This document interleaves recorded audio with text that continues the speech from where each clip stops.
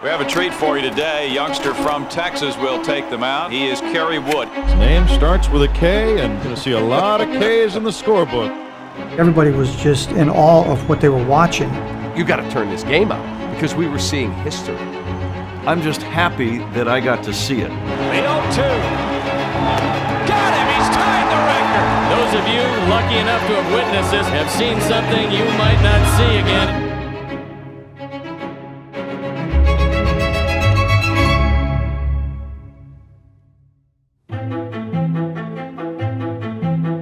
As Chicago natives would say, it was a typically beautiful early May day.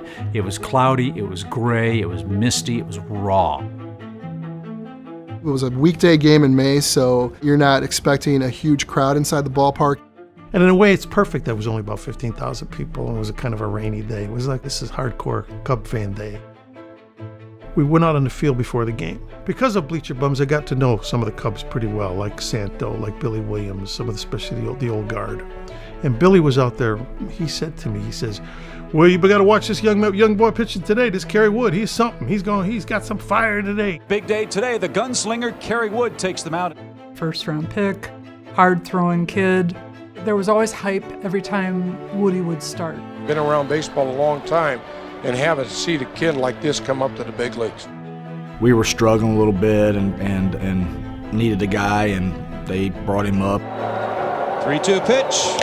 Struck him out. Of course, you know, everybody was keeping tabs on his game-to-game basis. If you did have butterflies, you didn't show it outwardly. I guess I pitched a little better on nerves, I guess. The media attention as a 20-year-old, it was uncomfortable. I mean, my comfort zone was on the field and on the mound, so it was a little bit overwhelming.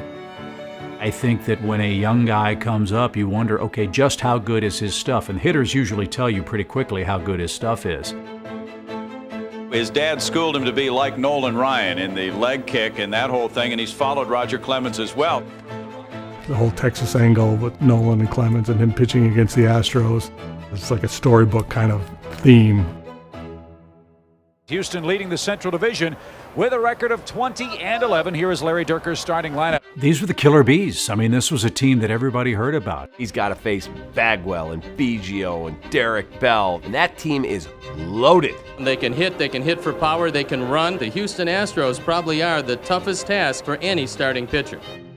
I knew who they were for sure. I just didn't know what that lineup together was capable of doing, which is probably a good thing. Last night they ran at will. Today, maybe a different story. Sandy Martinez in the lineup today. He's one of the great trivia questions of all time.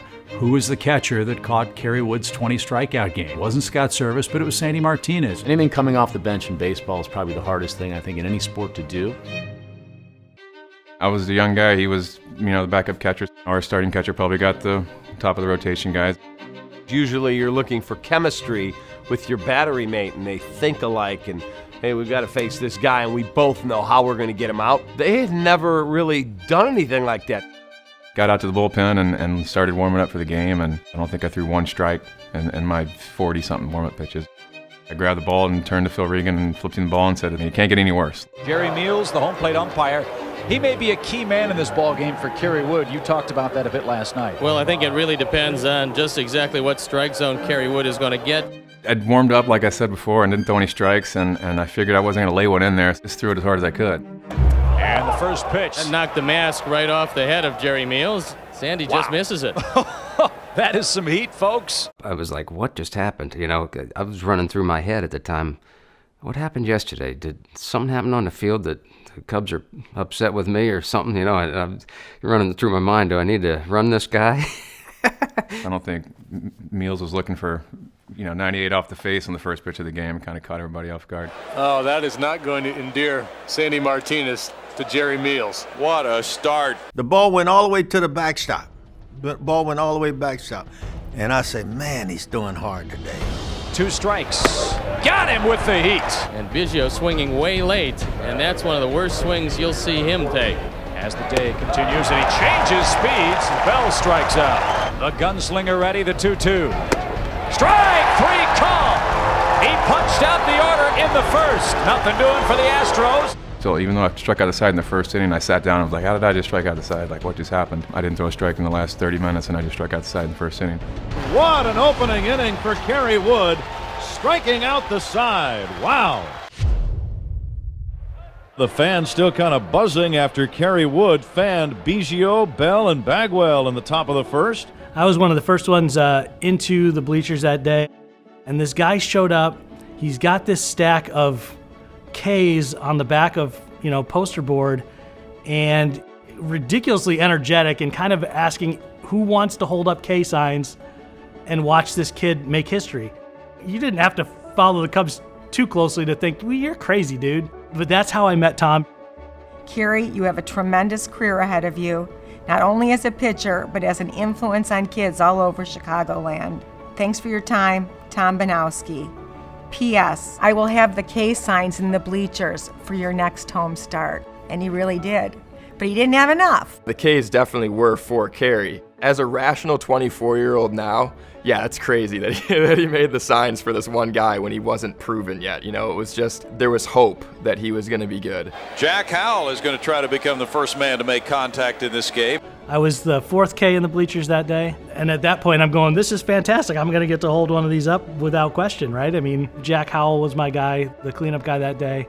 Here's the windup and the 1-2, and Howell strikes out swinging. That's 4 in a row. From the first out in the second inning all the way onward for the rest of the game, I was getting a workout. Ronnie, we were wondering who has the record for the most strikeouts to start a game, consecutive strikeouts. Well, the Major League record set by a guy in the press box today, Jim DeShays. I'll be darned. For the Astros. Now Jim's going to think this one over a little bit now. He's got 7. He's working on 8 in a row to get this ball game underway. This is amazing. 8 consecutive strikeouts. Every player is up on the railing, applauding along with the crowd. Look at him, everybody. For a lot of folks, it was more of a curiosity. How'd that happen? My fastball doesn't really record it. It's not a real high 90-plus fastball, but as long as it's working for me, I don't care what the number is. So I started with 8 in a row to start the ball game. I finished with 10. I mean, you expend a lot of energy. So I went the whole game, but I only struck out 10. To maintain that stuff and to dominate hitters for 9 innings the way he did, there's no comparison. Mine was a kind of a neat thing and something I can always hang on to, and I had a real nice game. His is, probably the most dominant game ever pitched. Whoa, then he comes up and in for his 5th consecutive strikeout. And that's one of the few times this year we've seen Moises Alou get beat by a fastball. Moises was hitting in front of me. Always gauged my guy that I knew had good stuff and threw hard. I always gauged, went to him. That day was probably the only day I ever see a fastball dominate him. And yet another strikeout, 5 in a row. That day when I asked him, how's he throwing? He just gave me a look and just said, good luck. 6 consecutive outs for Kerry Wood, but Clark hit the ball in play. 0-0. People who think pitching performances or pitchers' duels are boring, watch this game. You had Shane Reynolds matching Kerry Wood pitch for pitch. No quarter given, no quarter taken. I mean, these guys just went after each other, and it was unbelievable. Reynolds, I managed clubs against him in the minor leagues. I had a lot of history with him, and he was an extremely tough pitcher, and he was tough on us that day. But we scratched out one early. That's deep enough to score the run. Tagging from third is Grace. Cubs lead it 1-0. Kerry he made that enough. He's given up an unearned run and probably thinks he can't allow too much more the way things are going. And I'm sure Wood's thinking the same thing, watching Shane Reynolds pitch, realizing that he's got to be at the top of his game to compete with Shane. It really kept me from getting caught up and focusing on the strikeouts, and it was a 1-0 game until the 8th inning. I would have hated to been, in his shoes that day to have a gem like that go to waste and get an L for it, but he was definitely locked in too. An unearned run, the difference so far. The Cubs lead it 1-0. Ricky Gutierrez will lead off the Astro third. And he finally makes contact. I was just trying to put the ball in play, I had 2 strikes, so I was just trying to make contact, either fight off a fastball or, and he happened to throw a curveball at probably worst pitch of the game. It was a backup, bad breaking ball, and just a dumb pitch. Long outing for him. To the left side, off Ori's glove into left field for a base hit. And it wasn't a good swing, and it wasn't a hard hit. It just found the hole, but base hit all the way. And that turns out to be like, oh my goodness. He could have had a no-hitter, and that one moment in time will always be linked to this 20 strikeout performance. The 2 years I was there, I always gave him crap about it. I once told him, I said, you'll remember me for the rest of your life. I said, you'll remember that name, Ricky Gutierrez, for the rest of your life. You just tell me, get out of here. He brought it up to me every day. Every time he walked by me. He'd say something. I can't repeat it here, but he would say something. It's always nice to go down and, history of a guy pitching a great performance like that, and you mess it up. I'm not sure he got his glove on it on that replay. It didn't appear that he did. At first I thought he had. Yeah, I thought he did. I'm surprised it's not an error.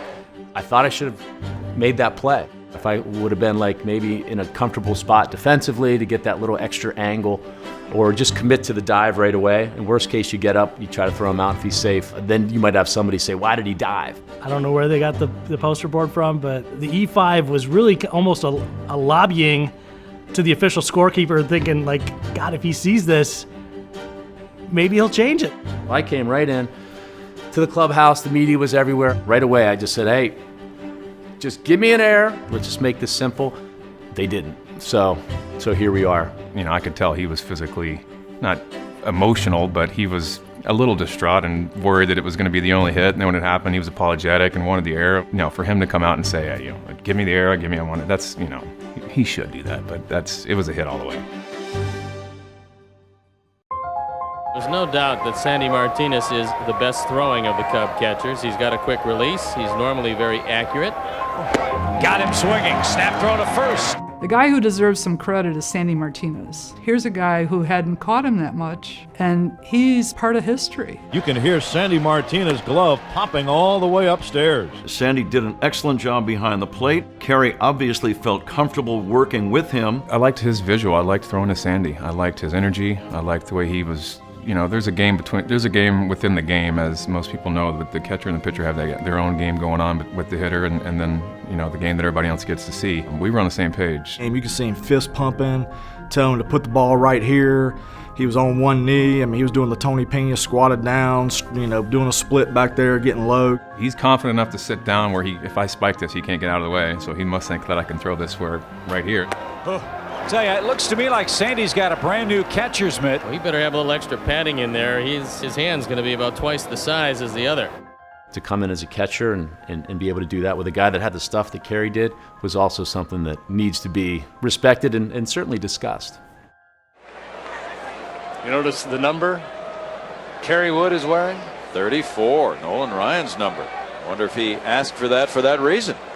Seems to fit so far. I saw Nolan Ryan's last no-hitter. I was at that game. I was 13. It was unbelievable. I was in the outfield. We got there early. I caught a BP home run ball. It was like the greatest day of my life. They're cheering after every out. I did feel the same way during my game. That's it! Number 7 is in the books! You watch the game, you see the no-hitter, everybody's going crazy, and then you're a kid, so what you do, you're picking up all the ticket stubs because you think, oh, this is the greatest day ever.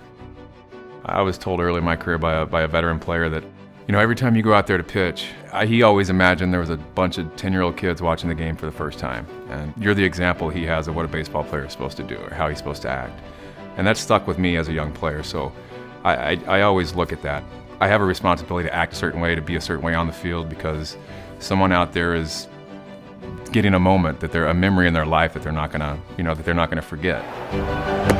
Got him with it again. 2-2 to Howell. Fastball got him looking. The 0-2. Strike 3 call. Now the strike 2 pitch on the way. Curve got him looking. Struck out the last 4 men he's faced. Make it 5 in a row. And 11 in the game. But I don't remember seeing a guy whose fastball had such unbelievable movement and whose breaking stuff had such unbelievable movement. My stuff was always there. It was just a question of whether I knew where it was going to go. His slider was exploding. It had another gear getting to the plate, and then it just dropped. And we're talking 16, 18 inches of vertical break. The hitters, when that pitch was on, had no chance. It was just unbelievable for Sandy to sit there and say, here, put it right here, and Kerry rear back and throw it 98, 99 and put it.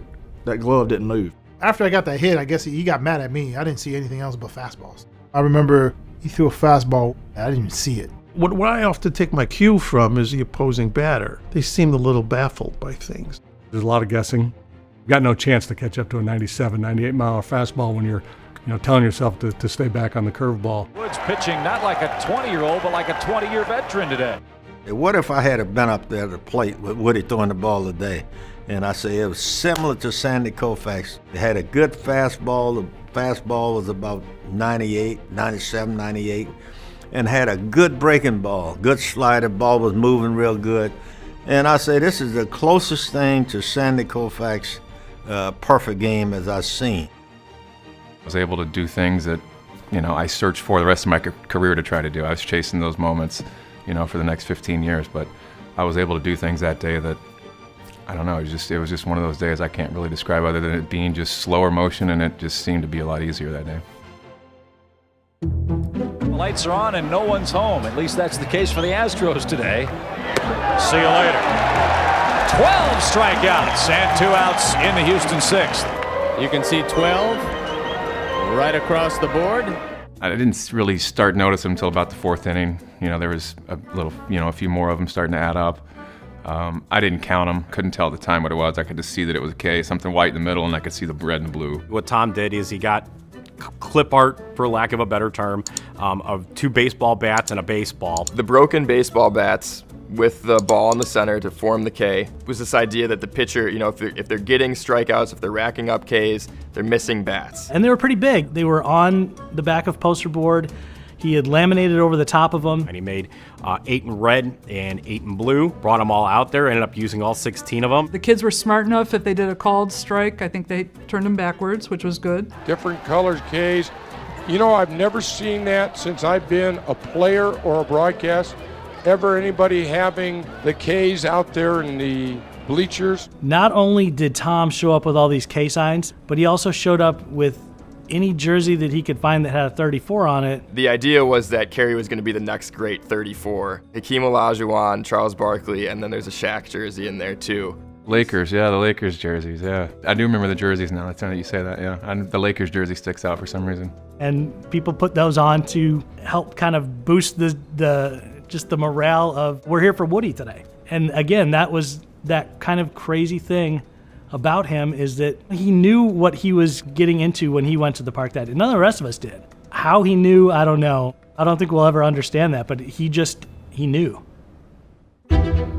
Jerry Meals, the home plate umpire today, has certainly been busy pumping out that right arm. He really has, and he's given about 2 or 3 inches off the plate, that expanded strike zone for both sides. I've made comments in the past about the strike zone, and I think what we see is the strike threes on a lot of them. I think we're maybe a little generous at times. Back in the day, before all the electronics that we have now, guys were hitting spots all day long.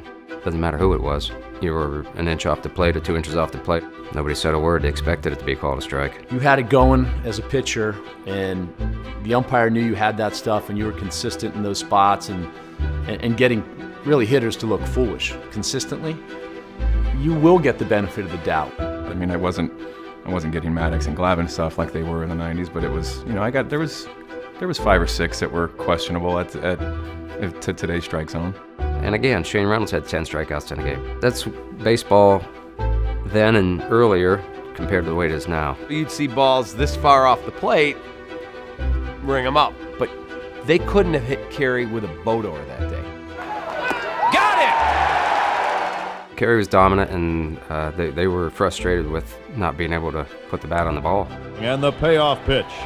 Swing and a miss, strike 3. That's 14 for Kerry Wood. 1 ball, 2 strikes. Did he go? Yes, he did! Moises Alou was upset with Terry Tata because he rung him up when I went to check on a check swing. Threw his bat and got an equipment fine out of it, so. I always like seeing Moises slam his bat down and yell at the umpire, so I like his check swing strikeout. He strikes out the side again as we go to the 7th inning stretch. When I got to that end of the song, because normally, there's 1, 2, 3 strikes, you're out at the old ball game. Let's go, Cubbies! But that day I yelled, "Go, Kerry!" All right! Go, Kerry! So I'd like to think that I was somewhat responsible for those last couple strikeouts.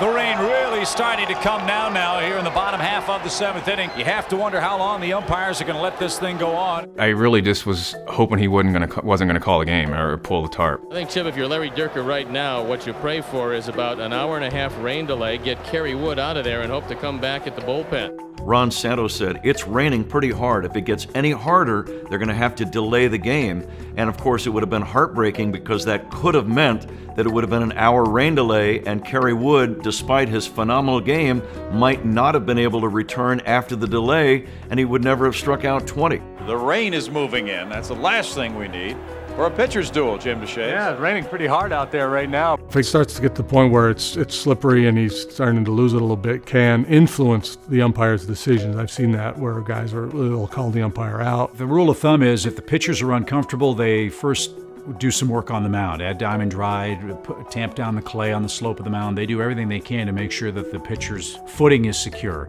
I threw 3 or 4 pitches that inning where I slipped 6-7 inches when I landed, and the ball just still went right to the glove. So it was just one of those days. Reynolds didn't seem to be having a difficult time gripping the ball and landing and all that stuff. It was just in such a zone and such a groove and didn't want to stop. He was able to not think about any of that distraction weather-wise and go out and execute the way he did, which is another tap on his shoulder.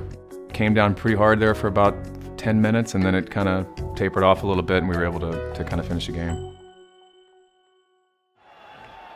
The Cubs in back of Kerry Wood lead the Astros 1-0. Wood with no walks. If he doesn't walk anybody, he's going to strike out a lot of guys. And he's going to win a lot of games. You better believe it. In the minor leagues, their biggest concern when they sent me down is like, we want you to stop walking guys and get the control issue under control. The learning curve for guys is making adjustments. It's difficult to get to the major leagues. It's even more difficult to stay, and if you don't adjust, you won't. We go to the 8th inning. Dave Clark, the former Cub, will lead off for Houston. I went 3-1 on Clark, and Gracie had told me before the game, I don't care if you're throwing 120 miles an hour, you throw him too many fastballs and he's going to hit it on Sheffield. The 3-1 to Clark. 3-2. So I got 3-2 on him and remembered that. I was kind of afraid to throw him a fastball, so I broke him off. Got him! He was out front waiting, and then the bottom just dropped off. And most guys probably would not have been able to hold the bat the way they did without breaking the wrist. Clark with a half swing. It'll cost him a full strike. And the grimace on his face, that was enjoyable. The control was amazing. Whenever you think about 20 strikeouts and no walks, that pretty much tells you all you need to know right there. Just because there's a little backstory, that's probably my favorite one of the group. But there's not a strikeout I don't like. How about the K's out in left field? Hope they brought a good supply of those today, Ron. I just remember seeing the strikeouts adding up. I was thinking, those folks are going to have to go to a Kmart or a Circle K to get a few more signs. Probably if they run out, those bleacher bums, the one thing they'll do is they'll take their shirt off and put a K on their chest. I feel like they ran out. I feel like there were some people that didn't have shirts on. I know that he was in the background in the 2nd row and the 3rd row trying to get people that were willing to take their shirts off and figure out a way to get 4 more, because we can't have 16 signs if he strikes out 17. I don't know who he recruited, but they were 4 people who were willing to do it. The 0-2. Got him! He's tied the record!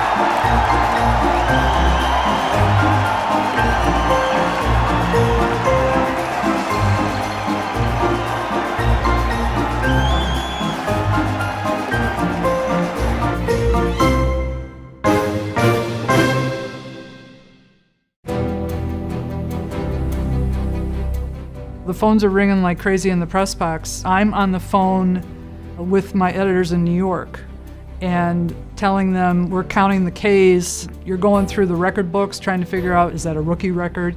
There was a major buzz in the press box. 2 outs in the 8th inning, and here's Brad Ausmus. We realized that there was possible history in the making. I knew that Roger Clemens was the only guy who had ever struck out 20. And then you start doing the math. You're figuring, wow, he's got a chance, if his pitch count's okay, to really have an unbelievably high strikeout total. Wood has tied the team record for strikeouts in a game. It's a 92-year-old record.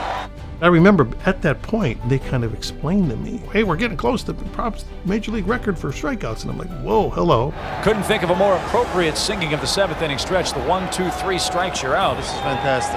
This is what everybody comes for, to hopefully come to that special game, which this one's turning out to be. There's only 15,000 people max in the ballpark. And I remember feeling like we were all part of this group, this exclusive club. They're being treated to one of the fine performances by a rookie pitcher that they have ever seen. We noticed people coming to the ticketing windows that were still looking to get a ticket once they had heard, if they were listening on the radio or if they were watching it at one of the local establishments. And the one that I remember specifically is a guy walked up with 2 kids, and he lived in the neighborhood, and he said that he had pulled his kids out of class. And he wanted them to see, this potential history-making performance. He's threatening to strike out the side for the 4th time in the game.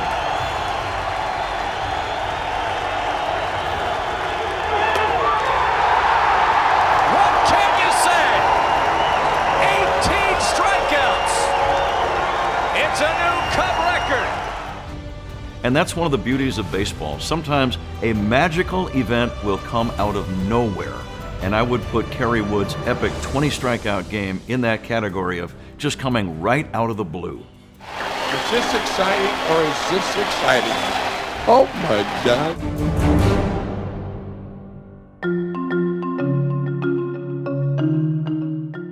Kerry Wood awaiting the top of the 9th. You've seen games through the years that when a guy's pitching good, he's the most lonely guy on the bench. Nobody go up there and talk to him because everybody go up there and start talking. They feel that, they get him out of his rhythm. You're really just trying to focus and do exactly what you did the last inning in between innings and try to, drink the same amount of water and spit on the same sunflower seed shell that's on the ground. Kerry Wood sitting there contemplating what his 9th inning is going to look like, and it will be a lot more comfortable for him if the Cubs can push one across. 1 and 2. Hit toward 3rd. They'll try to turn 2. Howell took forever. Jose beats the rack. Well, the Cubs get a run. Guys weren't talking about it because it's almost kind of taboo in baseball. You don't want to jinx somebody. Go up and, hey, it's like golf. You're 6 under through 5, and then suddenly you go out and bogey in the next hole, and you want to strangle that guy. People were leaving me alone. Even though I had given up a hit already, they still kind of thought something was different going on. For a young man on the mound with everything going for him, you can't wait to get out there. He wants this inning to end. He feels with 2 runs, he's got enough. I think they kind of were struggling at the end of the game with the pitch count and deciding what to do. I think there was conversations there at the end of how I felt, and I'm not sure I even answered him. With that dominating performance he was having, if I'd have taken him out, I'd probably need security to get out of the stadium,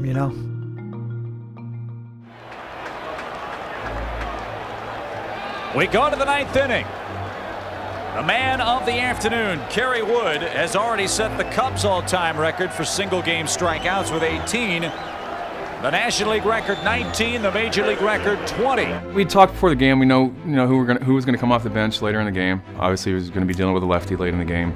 Spires hitting .242, 0 for 6 as a pinch hitter. Didn't know much about him. Didn't know much about any of these guys. Just tried to attack the strike zone the way I was all day. There's strike 1 on Spires. You feel a sense of pity for Spires to have to come off the bench, or you've been sitting there for a couple hours. And you can almost envision a situation where, all the bench guys are kind of looking the other way so the manager doesn't, call him to hit. Got it! He ties the National League record! It had so much English to it. It was weird. The swing was weird. I mean, he went to it and then he just gave up. That was a floating slider that came well inside to Spires. I've seen it on the replay, and Sandy's glove is behind him. You can't actually see the glove and the ball when he finishes swinging, and it just went straight sideways. It was like, I think that's the only one that threw that day that went straight that way. And if you think about it, Kerry Wood struck out every single man who appeared in the game for the Houston Astros. So he gets Spires. Biggio comes up. And to the top of the order we go, and Craig Biggio. And you're thinking of all the people who are going to get a clean hit and ruin a chance for Kerry Wood to get to 21 strikeouts. You figured it was going to be Craig Biggio. He's choked up a little bit. He's got that nasty, dirty helmet on. It's all scuffed up. I mean, this guy is a warrior. I still just didn't want to walk anybody. You know, obviously I get a runner on base, Bell pops one, we're tied game. It's all for naught. I used to talk to him, he's I hate making the last out of a game. He goes for number 20 right here. I'm sure being part of history to be the, you know, the 20th punch out was not something he would want to be a part of. To the shortstop. 2 down. And the fans boo Craig Biggio for making contact. Sure enough, he swung at the pitch, made an out, and the crowd booed him. But I remember him, as he ran by Kerry Wood, he just looked at him with a smile like it was a victory for a Hall of Fame hitter to ground out. We knew that 21 was possible. When it was no longer possible, yeah, there's a little bit of disappointment. You come that far. He's got a chance to tie Clemens, though, if he can retire Bell. Not nearly as disappointing as it would have been if he would have been stuck on 19, though.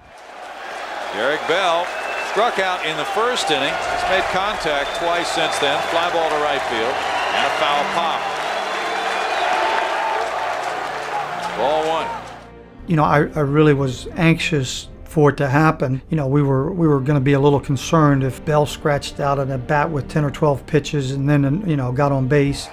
1-0 to Bell.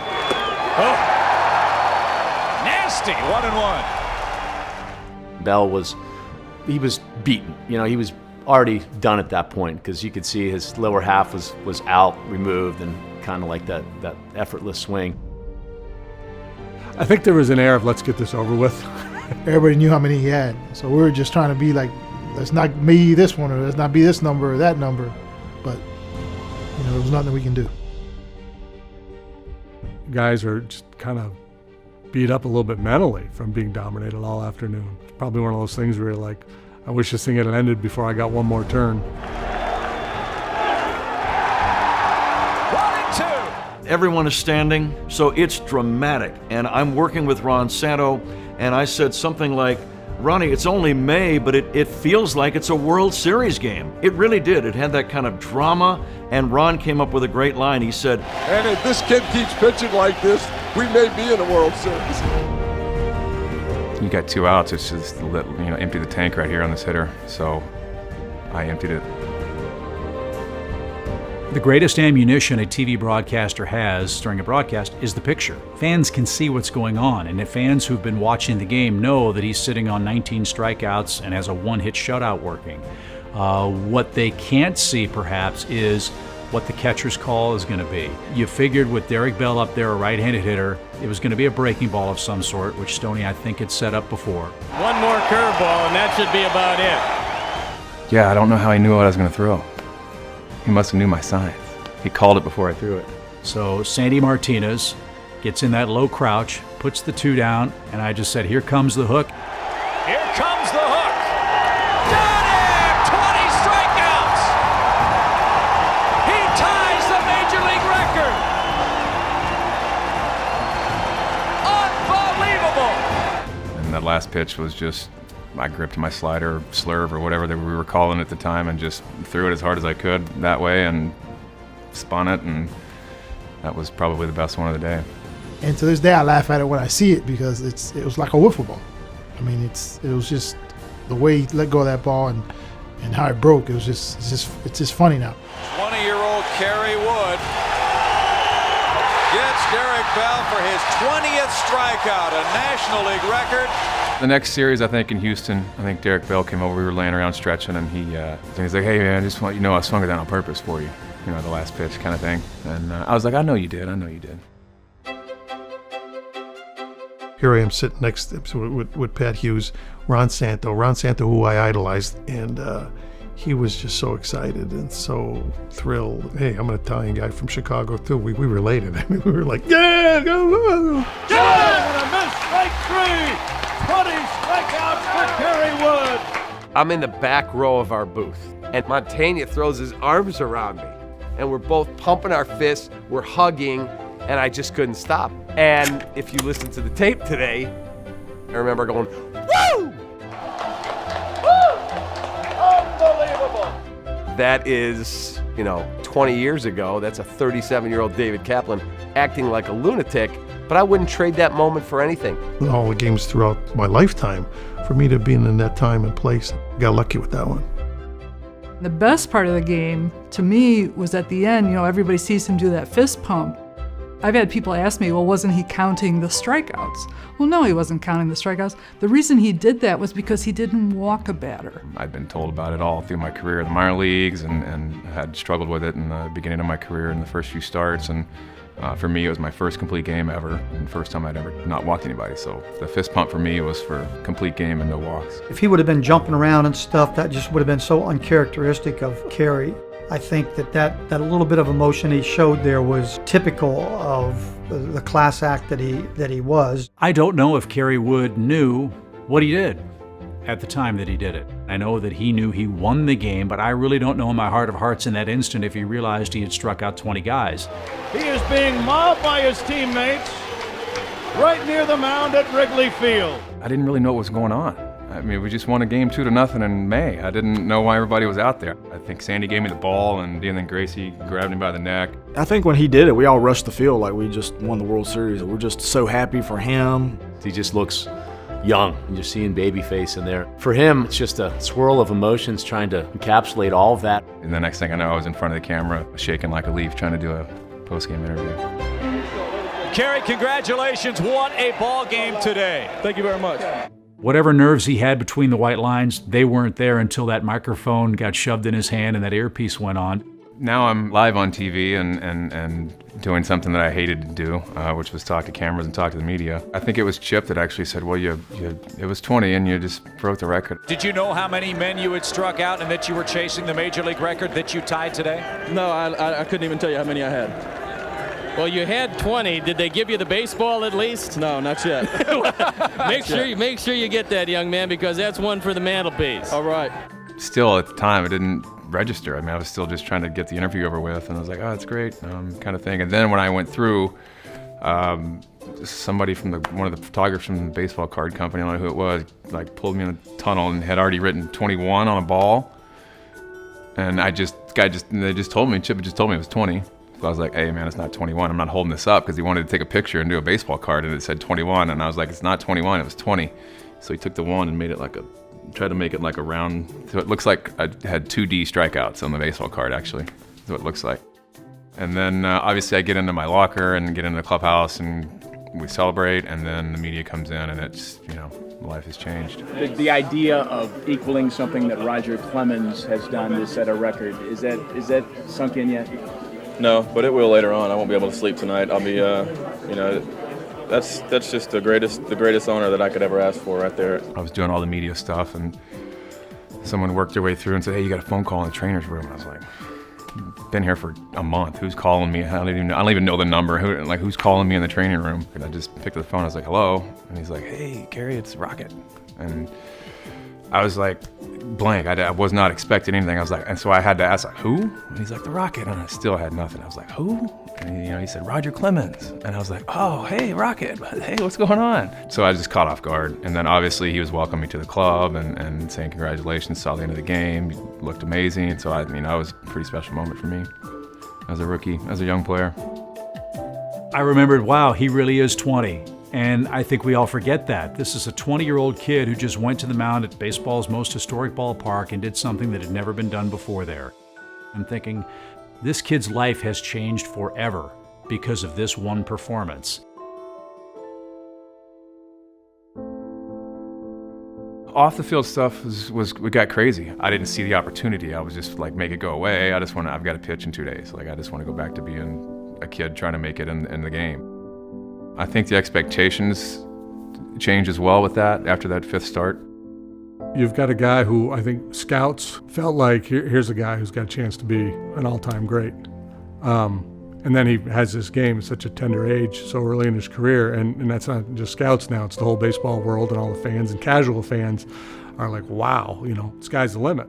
And that became kind of a benchmark game for Kerry, in that people around the country would come watch him pitch and were almost disappointed if all he did was strike out 10 and win the game 7-2. When you strike out 20, I'm sure everybody thinks you're going to go out there and strike out 20 again and strike out 20 again. Even for me, I mean, I expected to go out and do it. You know, I think I struck out 13 at the next start, and you know, felt disappointed that I couldn't get, I didn't get more. I went 7 innings. So it set the bar for me. It kind of elevated it for myself. But I think also, I mean, fans and everybody else and media, it became, you know, every time he could throw every time he pitches, he could throw a no-hitter. He could do something special. It's going to be this. He's going to win 20. He's going to be the next Doc Gooden. He's going to be the next Roger Clemens. That stuff changed. Ron Santos says, that kid keeps pitching that way, we may be in a World Series. And that's what everyone expected.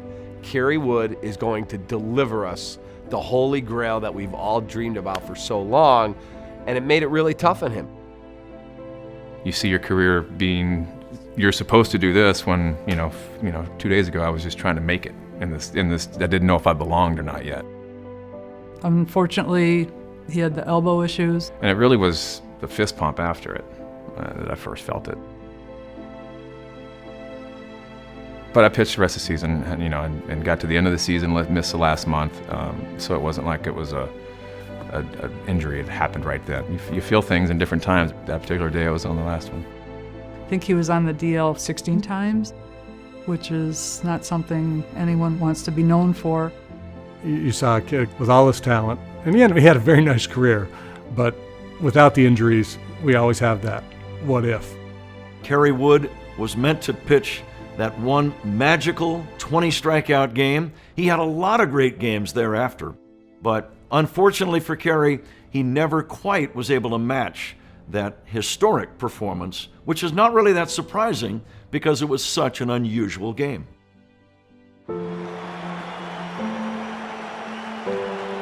This is the last big league game he will ever pitch in his career. Talking to Pat Hughes before the game, he said this is the most dominating game he's ever seen. 20 strikeouts in his rookie year against the Astros. Swing and a miss. He struck him out. His teammates are congratulating him, and he will leave with the memory of the last guy he faced. He struck out swinging. Kerry Wood has just walked off for the final time in his big league career. Wow, what a moment. His son Justin giving him a big hug. I think he ran out there, right here, or right about here. You realize there was 40,000 people out there, and you would not let go of my leg. That was a good day, though. Justin came and took him to the field with me that day. Remember that? Went up on the scoreboard. Yeah. We were talking about the 20 strikeout game. Mm-hmm. We've seen highlights of it. What yeah, I've seen it. It's pretty cool. I show him every day before school, over breakfast. He fulfilled a lot of people's dreams, and just even in that moment, what he did. He is certainly one of the heroic aspects of Cubdom. I've had people come say that game single-handedly made me a baseball fan, made me a Cubs fan. 20 years later, to still have people say that was like their best baseball memory is pretty cool. Ernie Banks was my guy, growing up. That's the guy that I idolized. But I'm sure for a lot of younger people, Kerry Wood is that guy. You mentioned Chicago Cubs, say, who was your favorite player of all time? And there's going to be a contingent that are going to say Kerry Wood. I don't think I'll ever care about any player as much as I care about Kerry Wood. After my dad passed away, Brad Hoffvander, one of my dad's friends, brought a couple of the miniature-sized Ks to an autograph signing with Kerry. He's like, I got Kerry to sign, and Kerry knew exactly what it was. Super passionate is what I remember about Tom. Very passionate about the Cubs, very passionate about the K signs and the thing that happened, the way it just became part of history when he was just a fan. He had more confidence in me, I think, at the time when I first came in than I probably did. They really believe in what you're doing, and they think you're going to come out of your slump or you're going to be the next greatest thing. We feed off of all that stuff. To be able to give a family or a person, a family, memories like that, and to be able to be a part of that and give them some great lasting memories, it's humbling. It was closure in a way, knowing that my dad wasn't doing all of this as a crazy Cubs fan for nothing. Knowing that Kerry recognized the effort It's a cool reminder to have of all the history that's wrapped into that K.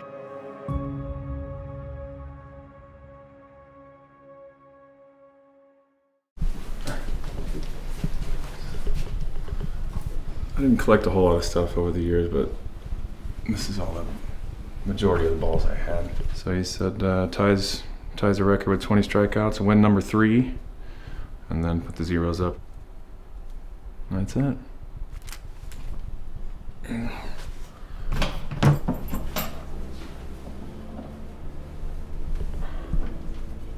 Biggio signed this for me.